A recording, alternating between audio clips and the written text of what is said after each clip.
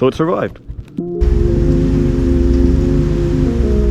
Everything went pretty good, and it was even easier to pull than we originally expected. Now, on to the next mission.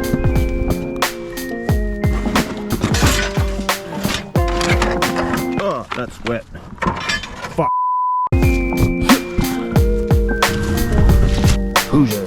Alright, next mission we are getting ready for should be the intake manifold, technically. But I'm the Moonfrog. I'm kind of all over the place. And right now we're getting ready to go pull an inline 6 from a 73 Dodge Coronet. Alright, we're all packed up. We're gonna head to Moe's where the car should be headed.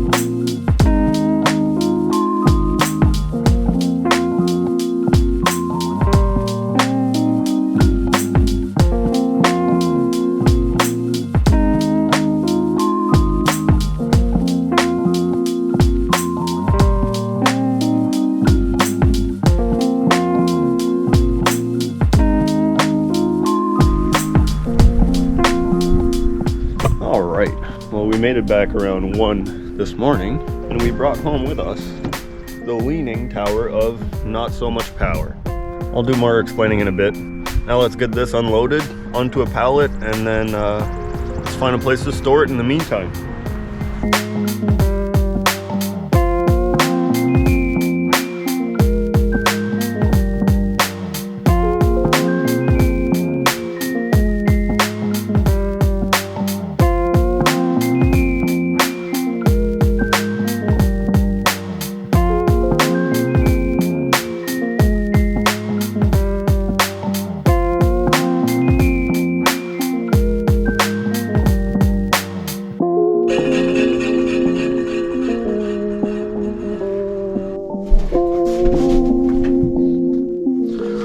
Alright, so the leaning tower of not so much power. I pulled up a couple Google facts just because I don't really know that engine very well. Not yet, at least. But before we get into the true facts, let's get into the story. This inline 6 was originally in a 1973 Dodge Coronet. Now you might know some of these vehicles from being in the Dukes of Hazzard or other popular shows, and they are pretty legendary cars. But this one particular car fell in the hands of someone we call Phil. Now Phil, or Phillip, truly loves to find the limit of things, especially mechanical things. So when this Dodge Coronet fell into his hands, I knew the fate of that car, or at least the mechanical aspect of it. So the engine isn't exactly dead, or I don't think so at least. From what he explained to me, it doesn't have enough compression to actually keep running or make any form of power. So, no more power, baby? Needed a little bit more power, baby. But that's where I come into play. So him and I made a deal where he would find the limit of the engine, and I came into that deal saying, you will not be able to blow it up completely. And that's where we stand now. So I have a hopefully not fully blown up engine that I might be able to rebuild on the cheap. And Phil now has a 1973 Dodge Coronet ready for an LS swap. Now that swap might be controversial. I'm not doing it. That's not my car, not my doing.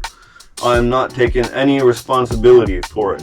But that's something we might get a good show out of. So yeah, now that we know that the engine was originally good, went through Phil, now it's bad, and now it's in my hands. And now let's get into some facts about the leaning tower of not so much power. So obviously it came in a Dodge, so it's going to be a Mopar engine.